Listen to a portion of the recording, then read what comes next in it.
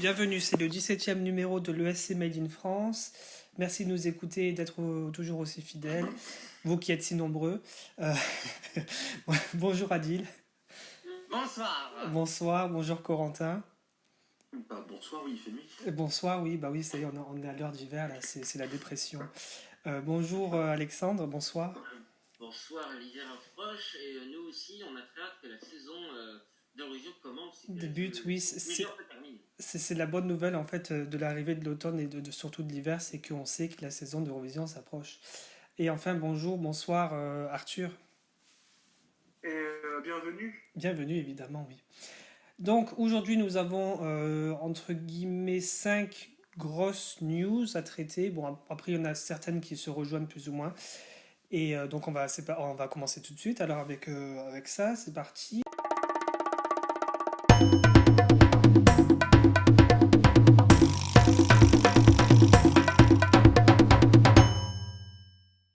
Donc première news, c'est la liste officielle des pays participants en 2021 qui nous a été communiquée cette semaine par l'Union européenne de radiodiffusion. Ils sont 41, aucune modification, aucun retour, aucun retrait. Qu'est-ce qu'on en pense, Adil? Alors, je trouve ça cool que tous les pays reviennent.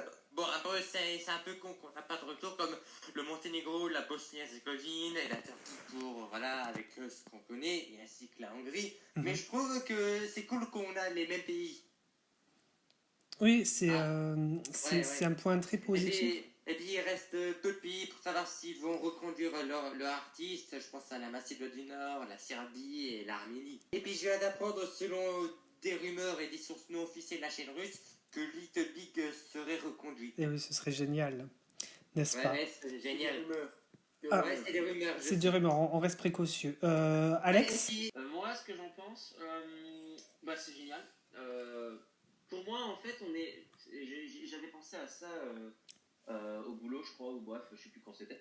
Mais je m'étais fait une réflexion et en fait, on est rentré dans une période du concours, de l'histoire du concours, où on aura très certainement plus de nouveaux pays qui participeront.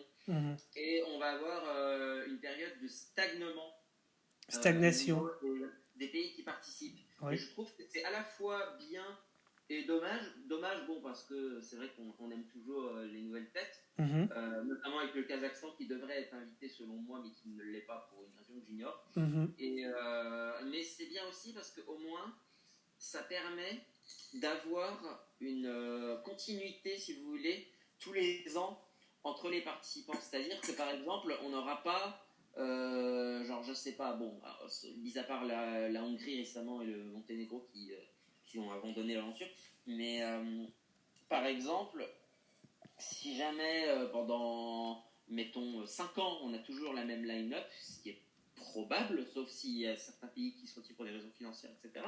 Mais en gros, quand on a les mêmes pays qui participent, on se dit pas ils n'ont pas participé cette année-là, ça aurait été bien qu'ils participent, je me demande ce qu'ils auraient envoyé. Comme ça permet d'avoir un concours, enfin pas le même concours, mais un peu le même semblant de line-up tous les ans. Je sais pas si c'est très clair ce que je dis. Oui. Mais, en tout cas, je me comprends tout seul. Je vois à peu près ce que tu veux dire. Alors, ce qui est extrêmement intéressant, c'est que bon, je ne suis pas allé chercher, j'aurais peut-être dû, mais si, croisons les doigts, il n'y a aucun retrait après ça, ou s'il n'y a pas de rajout de nouveaux pays, ce serait la première fois, il me semble, depuis les années 80, qu'on aurait 2 années d'affilée exactement la même liste de pays participants.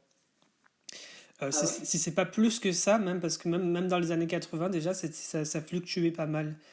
Donc il faudrait peut-être remonter les années 70. C'est une information à vérifier, mais ouais, du coup, c'est vrai que pour le coup, je suis d'accord avec toi, on est dans une période là, de stagnation, mais qui est, on va dire, circonstancielle, parce que disons que dans d'autres circonstances, dans une autre situation, peut-être qu'on aurait eu plus facilement un retour du Monténégro, Bon, peut-être pas de la Hongrie, mais tous les pays voilà, qui sont pas là pour des raisons financières, disons que c'est pas maintenant qu'ils reviendraient. Et pour ajouter sur ce que disait Adil tout à l'heure, c'est très bien enfin, d'avoir cette vision quand même positive du truc, parce que j'ai vu sur Twitter pas mal de gens qui faisaient des remarques, oh, et le Kazakhstan, et ci, et ça, machin, j'ai l'impression que c'est des gens qui seront jamais contents sur quoi que ce soit. Moi, je trouve que dans la situation dans laquelle on est, c'est quand même génial que l'Union européenne de radiodiffusion a réussi à maintenir la participation de ces 41 pays-là.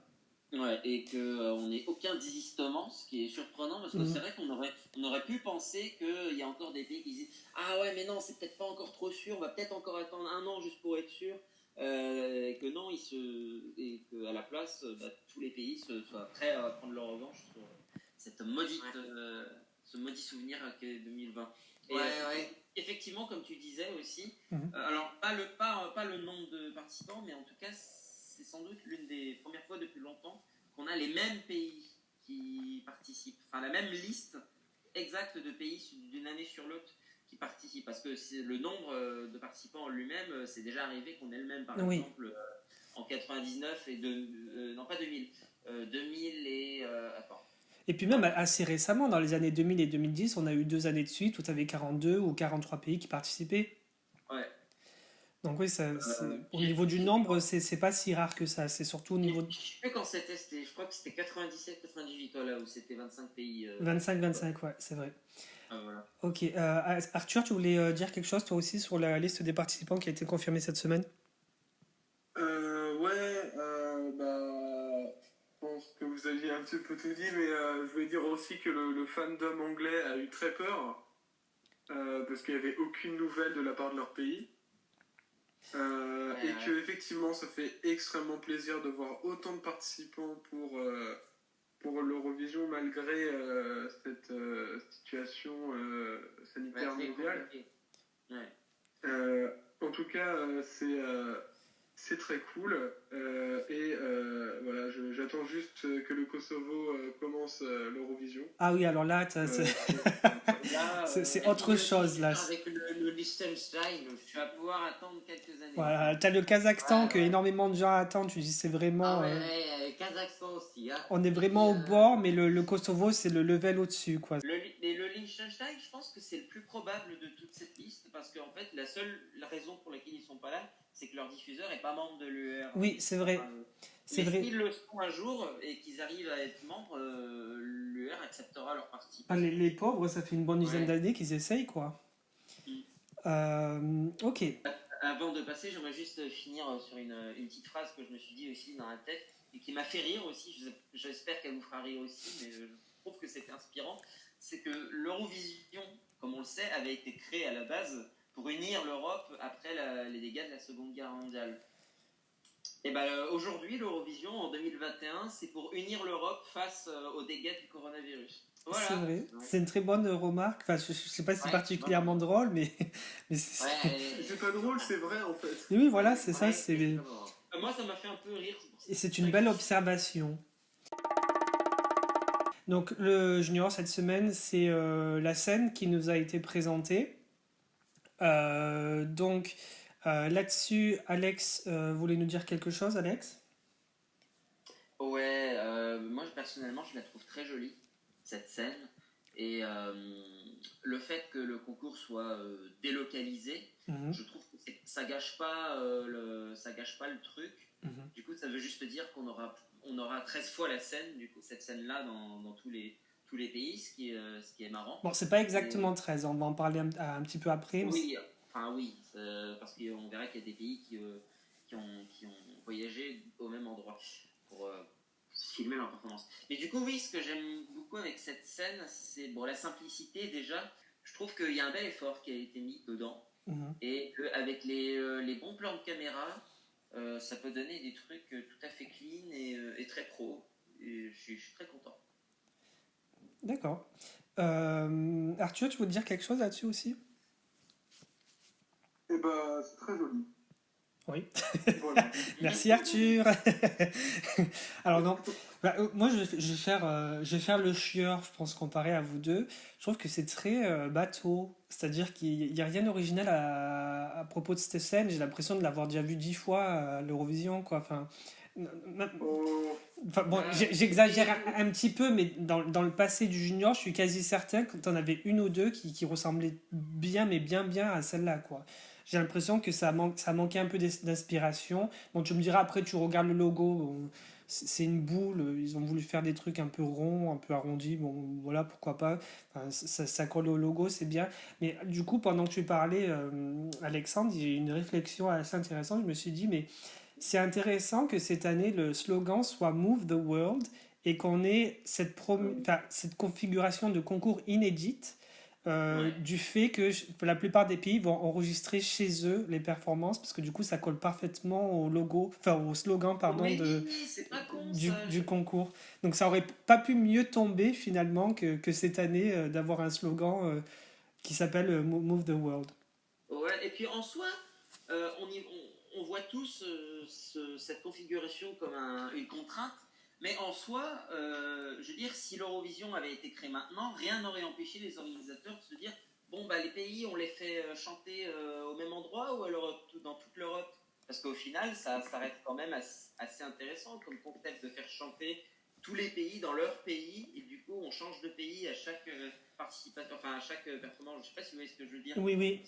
Ça aurait pu être aussi une réflexion intéressante si l'Eurovision ou l'Eurovision Junior avait été créé aujourd'hui. Et je pense que même ils ont pu se poser cette question-là à l'époque. Bon, il n'y avait pas les mêmes moyens techniques forcément à ce moment-là. Mais bon, donc voilà, c'est pas non plus forcément, faut pas le voir du mauvais côté non plus. Alors, pour revenir, puisqu'on parle de la scène, pour revenir à ce que tu disais un petit peu plus tôt, ce que tu as abordé, donc on est d'accord que tous les pays ne seront pas, enfin, ne sont pas allés à Varsovie pour enregistrer leurs performances. On a une liste qui nous est sortie cette semaine et on sait alors apparemment qu'il ne serait que 4 à avoir leurs performances enregistrées sur la scène entre guillemets officielle, donc forcément la Pologne qui organise. Et donc on a eu vent que les 3 autres étaient la Serbie, Malte et l'Ukraine, Ouais. qui visiblement avaient moins de restrictions que les autres pays et ont pu se déplacer. Donc ce sera marrant de voir le soir, enfin l'après-midi du concours, du coup, parce que c'est à 17h, si ça va se voir, ça va se remarquer sur les différentes prestations. Voilà. Pour la France, les commentaires seront faits par Stéphane Bern. Une petite nouveauté, n'est-ce pas? Et On pour, adore être original à France Télé. pour une On fois, matraquer les mêmes. on adore être original et branché, parce que bon, il faut dire que Stéphane Ouais. Bern, c'est ce qui Vive colle, le matraquage. c'est ce qui colle le plus aux juniors, c'est à quelqu'un comme Stéphane Bern. Et enfin, bon, là, pour le coup, et sans sarcasme, Carla, qui nous a représenté l'année dernière et qui était arrivée donc top 5, qui va l'épauler. Alors moi, je serais curieux de voir si elle sera pas là simplement que pour faire l'assistante qui va simplement parler de son expérience au concours, mais je serais curieux de voir si elle aussi va bien porter voilà, ce rôle de commentateur et apporter des petites informations, entre guillemets, de geek, de fan geek de l'Eurovision, comme le ferait un commentateur classique. Donc Arthur, tu voulais dire quelque chose sur les commentateurs français cette année pour le junior? ouais, c'était juste pour dire que je suis assez étonné du choix de France Télévisions de ne pas nous avoir mis Sandy Heribert. Et pendant un temps, je pense que France Télévisions voulait faire d'elle une figure de l'Eurovision en France, Ouais. mais finalement ils nous l'ont pas imposé. Je pense qu'ils se sont rendus compte que sortir une fille de nulle part et dire ça c'est votre nouvelle figure, ça marche pas. Donc assez surpris. Éventuellement, ouais, ça peut tenir ton argumentation, ouais. Ok, donc ce sera Stéphane Bern et Carla pour la France. L'année dernière, il me semble que c'était Madame Monsieur, ou c'était l'année d'avant, je sais plus, qui avait qui avait fait les commentaires du junior. Et d'ailleurs, j'avais trouvé ça assez curieux pour eux qui avaient fait le senior. Très bien, donc ce sera tout pour le junior cette semaine. On y reviendra bien sûr à l'avenir pour enregistrer notamment la deuxième partie des revues, des différentes chansons que nous avons à faire. Mais tout de suite, nous revenons au senior. Donc on a une grosse info qui nous est sortie cette semaine, qui nous vient d'Albanie, c'est la liste des différents candidats en compétition cette année pour la 59e édition de Festivali I Can Guess en Albanie. Et donc là, je vais essayer de retrouver la liste et de l'avoir devant mes yeux. Corentin, tu voulais en parler? On t'écoute? Alors, je voulais dire un mot avant de parler, c'est beaucoup, Mhm. c'est beaucoup d'espoir sur la parole, parce que je connais pas à peu près tous les noms. Ouais, Il y a un nom que j'ai retenu, qui est celui de Era Luisi, qui oui, était l'an dernier avec Eyan Mere, oui. qui s'était pas trop mal placé, il me semble. Je sais plus. En tout Elle cas, était j'ai dans le beaucoup aimé cette chanson. quatrième, non? Enfin, dans les 5 premiers, j'avais kiffé cette chanson. J'avoue que Il me semble bien que c'était les 5 premiers, ouais. ouais, je suis très enthousiaste aussi qu'elle revienne. J'ai Moi cru. aussi, mais après, c'est l'Albanie, c'est pas forcément le.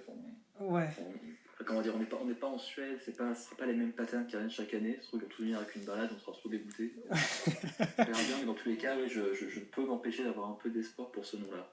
Je suis très surpris de ne pas voir comment il s'appelle ce monsieur-là qui vient tous les ans. Boyken. Bolgen Giaco. t'es C'est sûr? ça. Il est où? Pourquoi il est pas là? Comment ça? Comment ça? Je tombe C'est des nues. vrai, en fait, ça peut. C'est un peu. Pas le mariette, truc. Enfin, je sais pas quel artiste revient en général tous les ans, mais par rapport au Melfest en Albanie, il n'y a pas la règle du. T'as pas le droit de participer plus de 3 fois à la suite. Ah oui, non, bah lui, il se fait plaisir. Ah, je savais même pas que ça existait, cette règle en Suède, en fait. Alors, Ouais. attends que. Non, bah, c'est une règle un peu non dite. Chaque fois qu'on leur demande, ils disent non, non, il n'y a pas de règle comme ça, gna gna gna. Ouais. Mais bon, au final, on voit bien que les artistes qui participent 2 fois d'affilée ne viennent pas une 3e année. Donc, bon, c'est vrai D'accord. que c'est surprenant. J'essaie de retrouver sa page Wikipédia en albanais, On pour dirait. voir quand est-ce qu'il a participé. Et je crois que c'est genre 8 années sur les dernières. Ah oui, quand même. C'est un pilier. Ah oui. Ah oui, il est. On a créé le cycle, on l'a mis au milieu, on a créé les fondations et tout, on l'a laissé décider. Ah oui, il est à fond quand même. Alors, pour moi qui suis FIC depuis je sais plus quelle année, il y a quelques noms que j'ai reconnus, donc évidemment des retours. Je vois par exemple Kamela Islamaj. Alors, ce que je savais pas, là, je suis retombé sur la liste, c'est qu'ils ont annoncé aussi les titres des chansons qu'ils vont interpréter. Donc, c'est curieux. Par exemple, tu as une chanson qui s'appelle La valise des souvenirs. Pourquoi pas. Tu as une chanson qui s'appelle Otage. Bon. Donc, oui, j'étais sur les retours, là, je suis en train de m'étaler.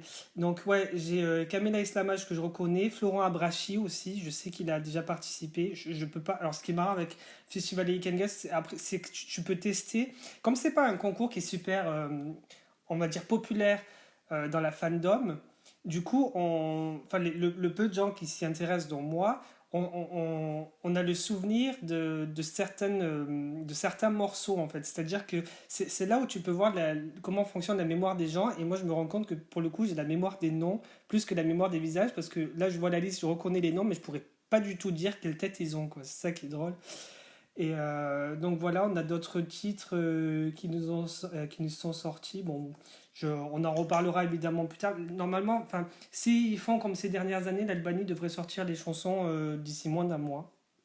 Donc on espère qu'on aura ça. Et donc parmi nous, les personnes qui s'intéressent au festival Weekend Guest, forcément, on enregistrera un petit podcast pour échanger nos avis sur les chansons qui seront en compétition. Il y a quelqu'un d'autre qui voulait rajouter quelque chose? Ouais. Adil, tu voulais en parler aussi, oui. Ah, justement, en fait, en général, l'Albanie, je suis pas un grand fan de ce qu'ils envoient en général. Et puis, parmi le retour, il y a Niroud, celui qui faisait Néné pour Ah oui, oui. Festival Icannet Ça, je m'en souviens, en oui. 2018, voilà. Et mais qui sera par la suite NQ au plus grand dans des enfants, enfin, la plus grosse surprise. Et puis, j'ai vu, selon Vivi Vlogs, sur ses stories Instagram pour les fameuses questions-réponses, sa chanson Les Cévettes serait une balade, une chanson pop, tout ce qui est plus classique. Mhm. Mais Ruth a dit ce sera une chanson dance, de l'up-tempo en quelque sorte, avec des éléments et des annonces traditionnelles de la musique albanaise. En d'autres termes, c'est sa meilleure chanson qu'il aurait faite. En fait, j'ai vu que ça pourrait. Un autre follower a dit que ça va être dans le même style que Metana, la fameuse chanson d'Evan Akjada qui a provoqué du plus gros drama chez les Eurofans suite au vol face à Ari-Lena Ara. Et oui, on espère vraiment que cette année, ce ne sera pas l'année du gros drama. Alors après, ce qu'il faut noter aussi, c'est que forcément, là, ça va être le début de, entre guillemets, ce qu'on appelle la hype.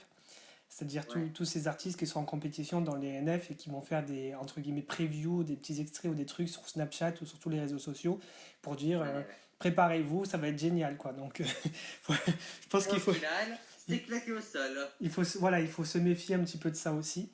Mais je pense également à ce que tu disais, Corentin, sur en gros cette idée. Alors c'est très intéressant parce que pour le coup, c'est vrai que quand on compare l'Albanie à la Suède, ce qui est fou voilà, dans l'organisation des sélections nationales, c'est que la Suède, c'est vrai que quand un artiste met un pied entre guillemets dans le Melody Festival et qu'il y débute, on lui colle en gros un truc, enfin une étiquette sur la gueule qui fait que toi tu feras que ça et puis c'est tout. Alors qu'en Albanie, pour le coup, on a un peu plus, on laisse un peu plus les artistes entre guillemets s'exprimer et faire ce qu'ils veulent. Et c'est vrai que ça donne en résultat des artistes qui viennent avec des trucs extrêmement différents, qui peuvent venir avec des trucs extrêmement différents d'une année à l'autre. Et c'est en ça que finalement ça peut être aussi intéressant pour ceux qui ne suivent pas le festival Can Guess de suivre cette compétition. On va maintenant passer au Danemark avec des infos qui nous sont sorties cette semaine concernant le Dansk Melody Grand Prix qui devrait avoir lieu cette année, enfin pour 2021 en l'occurrence le 6 mars. Et une règle particulière, c'est celle, alors l'info nous est tombée, elle nous dit qu'en gros, ils ne veulent pas forcément profiter du fait que l'Eurovision va cette fois-ci pour la première fois accepter des backing vocals préenregistrés, c'est-à-dire des chœurs préenregistrés, et continuer à fonctionner comme ils l'avaient fait avant. Corentin, tu voulais dire quelque chose concernant ce sujet? Ouais, rapidement, effectivement, c'est super intéressant que ce soit les premiers à dire bah non, on s'en fiche de cette règle, on va pas l'utiliser. Après, ça, c'est pas très surprenant quand on voit que l'an dernier, c'était aussi les seuls, ou enfin, en tout cas, parmi les finales classiques, à avoir fait revenir un orchestre. C'est assez rigolo, quoi, les pauvres, l'an dernier, ils sont allés absolument Ah, j'avais pas all-in, su qu'ils avaient un nouvelle orchestre scène, cette orchestre année. et tout, et puis en fait, bah, non, vous n'avez pas d'accueillir les gens dans l'arène, c'est dommage. Oui. Donc voilà, pas surpris. Un autre point que je voulais ramener aussi, donc on sait que ce sera en studio, ils l'ont confirmé, ce sera pas dans une Ah, arène. j'ai pas vu ça, non, ça m'est passé. À la DR. Ouais. Et un autre point qui est qu'à l'instar de la Norvège et à l'inverse de la Suède, ils ne ferment pas encore la porte sur la présence ou non de public. Ils disent clairement il y aura moins de monde, on ne pourra pas faire venir autant de monde. Mhm. Mais ils disent pas comme la Suède, bah non, il n'y aura pas de public, point barre. Donc Ouais. on va voir comment ça se développe. Mhm. Ça va être assez intéressant. Après, effectivement, le Danemark, c'est un des pays auxquels je fais le plus confiance pour leur finale nationale. J'ai aucun doute que, malgré le fait que ce soit en studio, qu'il y ait moins de monde, ça passe très très bien à la télé. Je trouve que c'est bien de ne pas se fermer comme ça complètement au public, de rester légèrement optimiste. Oui, c'est pas une mauvaise chose, même s'ils ont prévu de le faire en studio. Il y a d'autres règles concernant le DMGP qui sont sorties, notamment qu'il y aura moins de chansons en compétition cette fois-ci. J'ai cru voir le nombre de 8 chansons. Les informations ne nous disaient pas s'ils referaient un concours entre guillemets en 2 parties, comme ils avaient fait cette année, donc avec des préqualifications entre guillemets en radio pour un certain nombre de chansons en compétition qui rejoindraient des chansons déjà présélectionnées pour la version télé. Donc ça, on n'a aucune info. Et c'est en gros tout ce qu'on a là. Là, je viens juste de lire aussi, bon, ça peut être un petit point intéressant pour toi aussi, Corentin, qui a été dans les îles Féroé, qu'ils acceptent toutes les submissions des îles Féroé et du Groenland, notamment. Ouais, tout à fait. Mais c'est pas une nouveauté. Enfin, en 2016, il y avait une dame qui s'appelait Christelle Lisberg qui venait des îles Féroé. Et alors ça, j'avais pas su pour le coup, parce que moi, je me souvenais des meufs du Groenland, mais ça, je m'en souvenais pas, tiens. Donc, bon point à rappeler. Donc voilà pour ce qu'on peut dire concernant le DMGP de Danemark. Ça aussi, évidemment, on aura l'occasion d'en reparler quand on aura un petit peu plus d'infos. Et puis, on a fait le tour pour les informations qui sont sorties cette semaine. Quelqu'un veut rajouter quelque chose? Quelqu'un a oublié de dire quelque chose? C'est votre moment, les gars, si vous voulez dire un petit Oui, mot? oui, alors en fait, je voulais dire que c'est très dommage Ouais. et j'ai très peur parce qu'on n'a toujours pas de news concernant l'entrée arménienne pour le junior. Euh, Ah ouais. Ici, les Eurofans, nous cherchons un quelconque indice sur les contributions arméniennes de 2021 et savoir si Atina Manoukian va revenir ou pas. Je répète. pour le junior? Non. Je répète, nous paniquons pour l'Aramini. Merci. Elle va se déguiser. J'aimerais dire que je suis pas paniqué, mais en vrai, je ressens un peu la même chose que vous. Je me demande ce qui se passe. Bon, après, j'imagine que si s'était passé quelque chose de mal du côté du diffuseur arménien, j'imagine que l'UR aurait diffusé, aurait publié Oui. déclaration. Un communiqué. Oui, on est... Communiqué, voilà. Uh-huh. Mais ils l'ont pas fait, donc pour l'instant, ils participent toujours.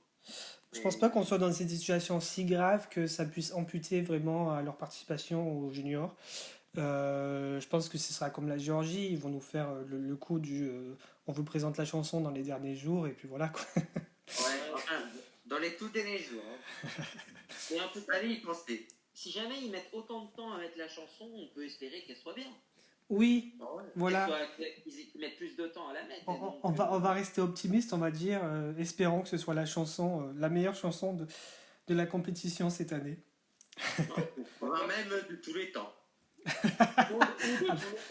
Tant qu'on y est, Adil, pourquoi pas, ouais. Faut déjà qu'on ait la chanson. Oui. Qui donne des nouvelles. Ouais, effectivement.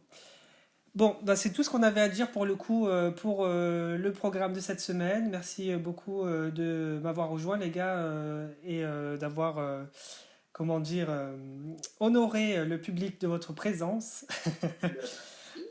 Merci Adil, merci Corentin, Merci beaucoup.